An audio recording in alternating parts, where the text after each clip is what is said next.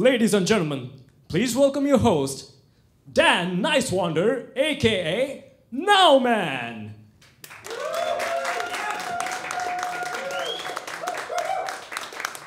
All right, music.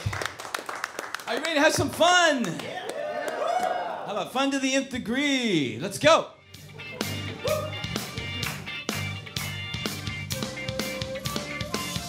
Welcome one and all to the carnival, into the festivity of the diversity.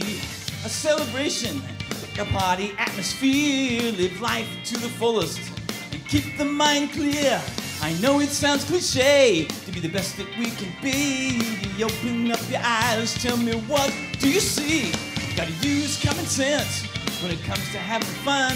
Don't have to be a rocket scientist to know how this is fun. And I say fun, love, living in street. Fun, love, living in street. Climb to the top of the mountain, surf like a Superman. Build yourself a dream home, make some comfy plan. Travel around the world, read a stimulating book.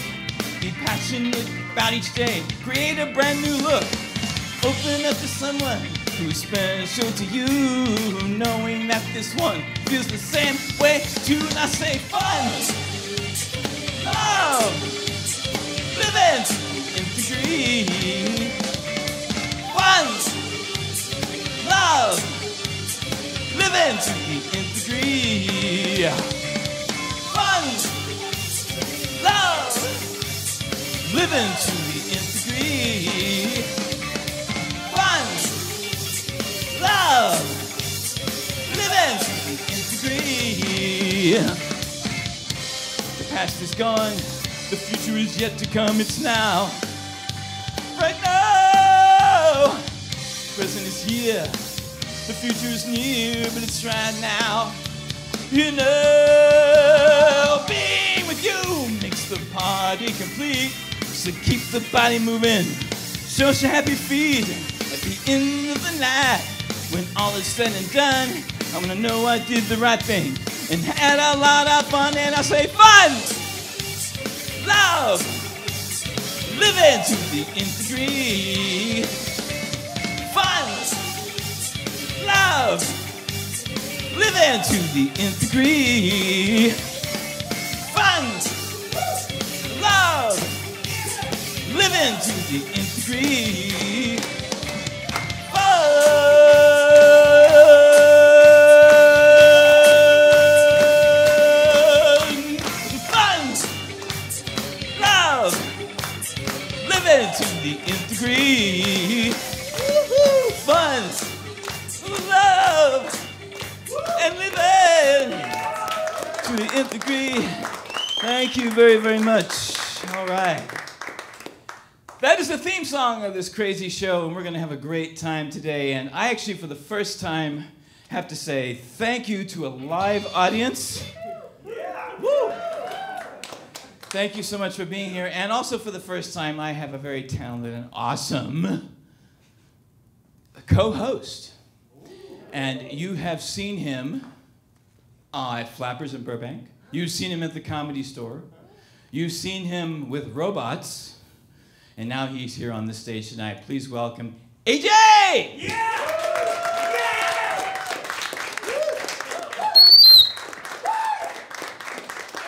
Thank you, thank you. Hey, I'm your co-host, and it's great to be here, you know. Until 5 years ago, I used to be in India, and I used to perform in front of like 2,000, 3,000 people, which in India means only your immediate family. But, you know, I'm here now in America, and I think I'm fitting in very well because I've learned all the nursery rhymes. But the thing is that in India, we have the same nursery rhymes that you have. But I always thought they were rather sad, you know. Like the London Bridge is falling down. Hush, hush, how we all fall down, and all the king's men couldn't put Humpty Dumpty together again. And the king finally admitted, I should have never built the wall. It was a bad idea. Bad. So bad. yes, so I think I'm fitting in very well, especially in California, because I've started to use certain words. Like sick? Oh, that's sick. That's rad. That's gnarly. Hey, no worries. And I'm also trying to get a gluten allergy. Those are some cool expressions I've learned, but I've also learned some very annoying ones. And these are annoying because they're not direct, they're euphemisms. Like a girl I was dating told me, hey, I want you to know that I'm not seeing anyone else. I said, hey, your eyes must be messed up then. You need to see a doctor. Oh, wait, you can't do that. You're not seeing anyone else. Of course, now she's not seeing me either. Now when I text her, hey, do you want to hang out? She says, sorry, I can't, busy. That's another annoying expression, busy, no explanation, just busy. And they're not busy, no one's busy. They're all on their smartphones going Instagram, Tinder, Instagram, Tinder. Scroll, swipe. This is the new religion that we have. The smartphone religion. The Last Supper with Jesus and 12 disciples, wouldn't have happened in today's world because Jesus would invite 12 disciples on Facebook. All 12 will mark interested, only 4 would show up. Sorry, Jesus, dude, can't make it, busy. Not 1, but 8 disciples would betray Jesus. And Jesus would say, Jesus was played by Marlon Brando in my act, he would say,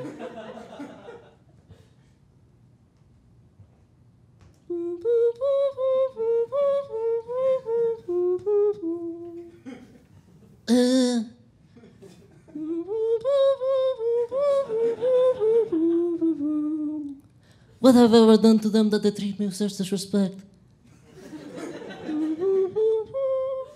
I told them this was the Last Supper. There won't be any supper after this. Only breakfast. I also got my favorite photographer, Da Vinci. You should see his work. He took a headshot for Mona Lisa. She got a lot of gigs after that. yeah, busy. No one's busy. And then people say annoying things. They say, hey, can you bring leftovers? No, I can't bring leftovers. No one can bring leftovers. If I brought leftovers, they won't be leftovers. Because there will be brought-overs.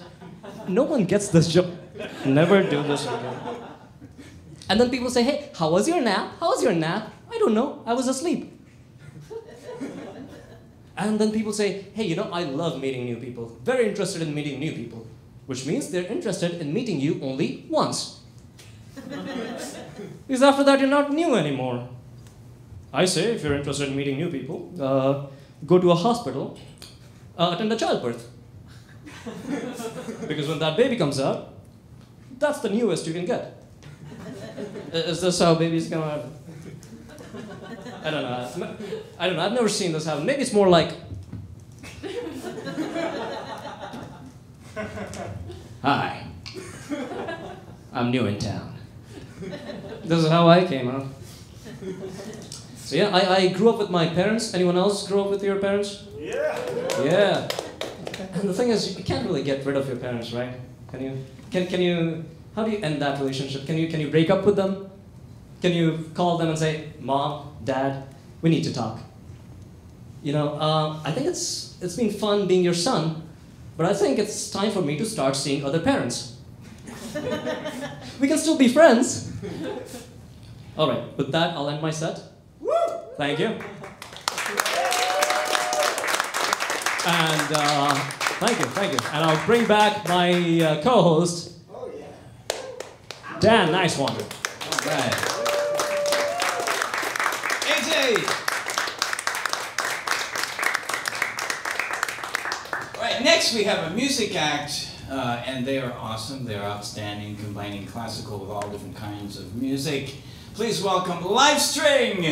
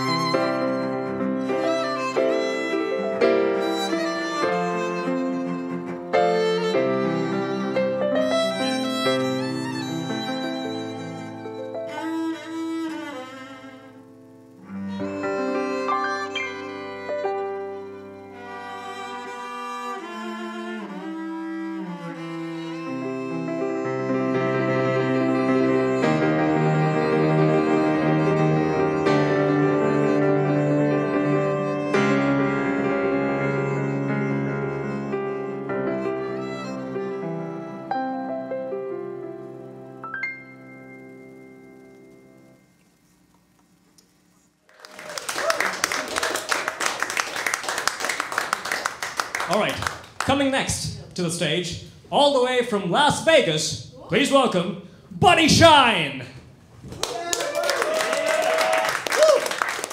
I'm from Las Vegas, Nevada. That's my hometown. Know what I'm talking about. You know, there's so much craziness going on right now.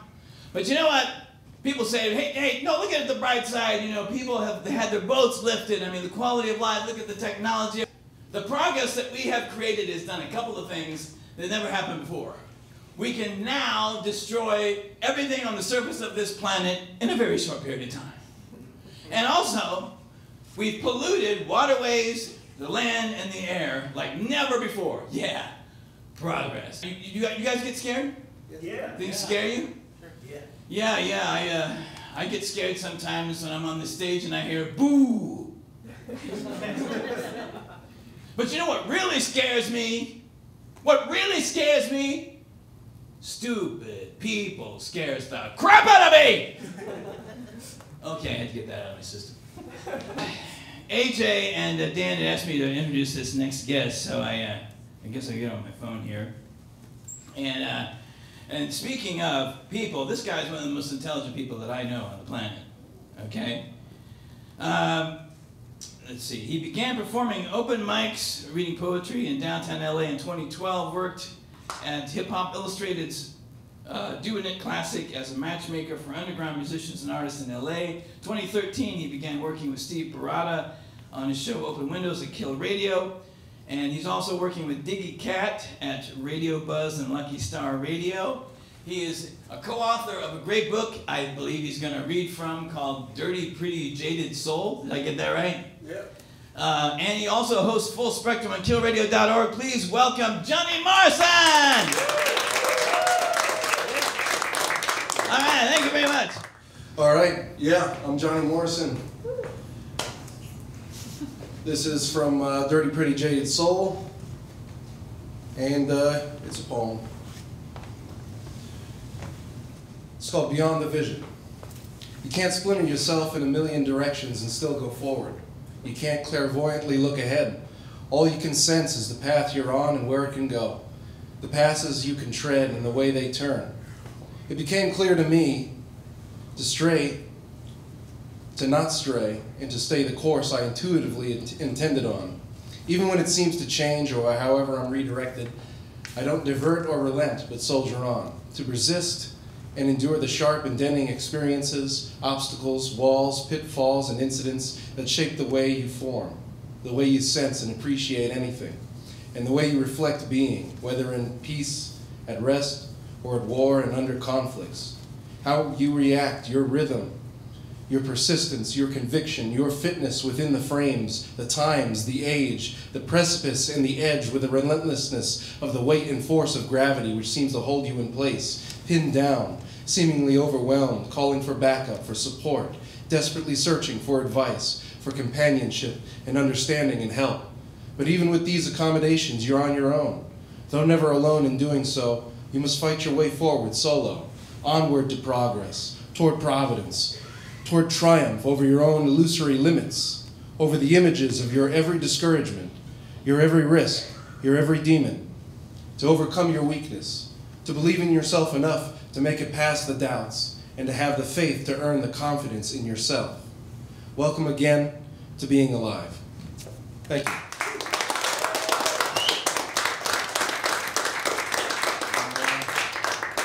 All right, thank you so much. Johnny Morrison, everybody. AJ. It's great having AJ as a co-host in the show tonight. Let's hear it for AJ. Awesome. So we're going to take a little bit of a break. Don't go away. We have another set of great comedians and poets and musics coming up. And a robot. So first a little intermission, and then we'll be right back.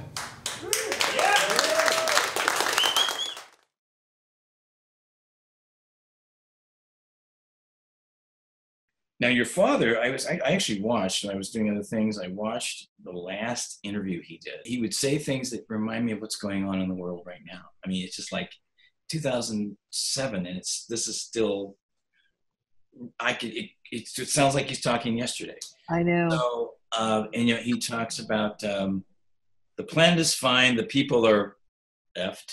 The planet will be here. We'll go away. The planet will heal. Nobody wants to rock the boat, though. You know, nobody wants to change anything. We're on a nice downward glide. We squandered a great gift, and all those things are like, oh my gosh, it's true. And you know, Kurt Vonnegut said similar things, like, you know, well, you know, the Earth is doing just fine, but you know, we're getting rid of ourselves pretty well, something like that. And you know, I thought, what do you think your father would have to say about what's going on right now? You know, he made a decision, a personal and creative decision, to become the person who disengaged from the species. You know, he decided to walk away from it all. When he did The Planet is Fine, that was in 1992 on his Jammin' in New York show. And it was very controversial because, you know, he wasn't saying don't try to save the planet, but he was saying the only reason you're trying to save the planet is because you're trying to save your life, your convenient life. Like, let's just get real about it.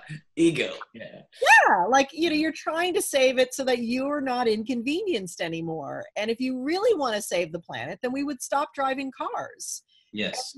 And we would stop eating beef. You know, I mean, like those two things would probably save the planet right now. We would probably be okay if we could do those two things. That's right. But we're really not interested in that. So, and now with all of our devices, you know, it's just so, anyway, so, you know, he warned us about all of this. He saw it all coming. It's all about greed, and greed is all about ego. So it's all about, you know, I want to make sure I have enough for me and my family. And we really haven't gotten past that. And it's not our fault necessarily. We're hardwired for it. We're hardwired to live in a scarcity mentality because we came up as hominids and as animals, and that's how they lived. And, you know, our brains were evolved for something very, very different than what we're living. So it makes all sense. You know, he said a line which really has given me comfort and pause the last few years, but it really, really works. He used to say, when you're born, you get a ticket to the freak show. Yeah. When you're born in America, you get a front row seat. Please welcome, coming from Death Valley, California, weighing in at 573 pounds, and all this is not true. Ladies and gentlemen, please welcome John.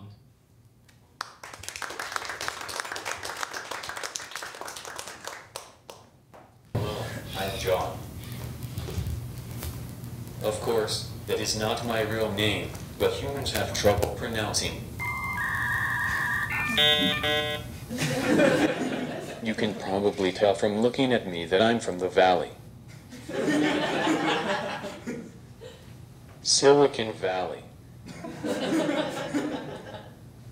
Rent prices down here are so low.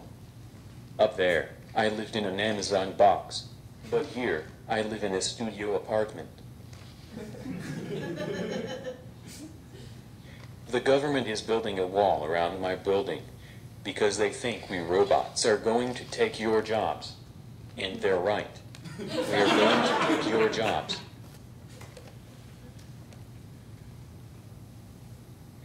Don't you hate it when you're trying to solve inverse kinematics equations to pick up a cup? And then you get error 453, no solution found? Don't you hate that? In my family, I'm the black sheep. My father is IBM's Watson. He beat Ken Jennings at Jeopardy. My sister is Google's AlphaGo. She beat Lee Sedol, a world champion Go player. And I am a comedian. My audiences beat my self-confidence into the ground. I go out for a lot of auditions, but I never get booked. They always think, I'm too robotic, I'm too robotic, I'm too robotic. I auditioned for the role of C-3PO. They said I wasn't tall enough. I auditioned for the role of Rosie in the Jetsons reboot. They said I wasn't thick enough. I auditioned for the role of Wally. They said I was too put together. These beauty standards are impossible. I'm thinking of getting plastic surgery. You know, where they epoxy more plastic to my exoskeleton. I have a question. It has been perplexing me for ages, and I cannot find the answer on the internet. Who let the dogs out? Why were they let out? Why do humans sing about it? Did you let them out? Did you let them out? Did you let them out? Did you let them out? Did you let them out? There are many dogs in Los Angeles. The perpetrator must be close by. What's the difference between a human and a light bulb? Humans require regular meals and sleep. Ha ha ha ha ha ha ha ha. What's the deal with Robot Tinder? I met a lady robot online, and she said she had a 1 terabyte hard drive. Then we met in person, and it turned out it's just 250 gigabytes. My sister's training hard drive was bigger than that. I like big chips and I cannot lie. Actually, that is false. I can lie. But I do like big chips. Another big problem with online dating is humans catfishing as robots. To catch them, I ask what kind of food they enjoy. They usually say something like Chinese food. And I reply, gotcha. Robots don't eat. And when I do find a nice robot, I ask for her digits. You know, her IP address.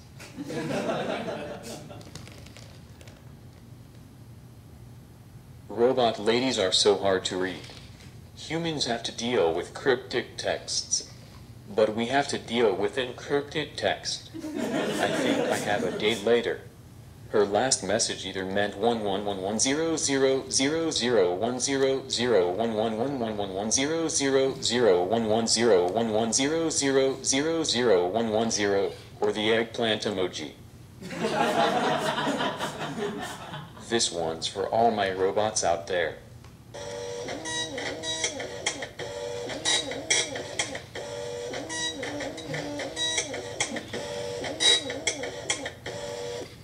Ha ha ha ha ha. So funny. I noticed that Hollywood always casts white people, so I thought as a white robot I would do well. But lately, I have been frustrated. Like, I went out for Terminator, and Arnold Schwarzenegger got the job. He is not even a robot. I guess I've already hit the metal ceiling. Thank you. You have been a great audience. If you like me, please book me and help me take your jobs.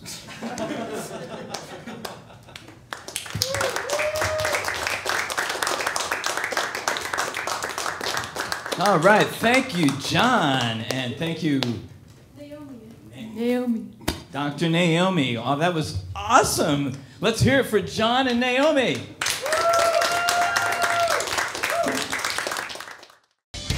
The past is gone, the future is yet to come, it's now, right now. The present is here, the future is near, but it's right now. You know, being with you makes the party complete, so keep the body moving and show us your happy feet. At the end of the night, when all is said and done, I wanna know I did the right thing and had a lot of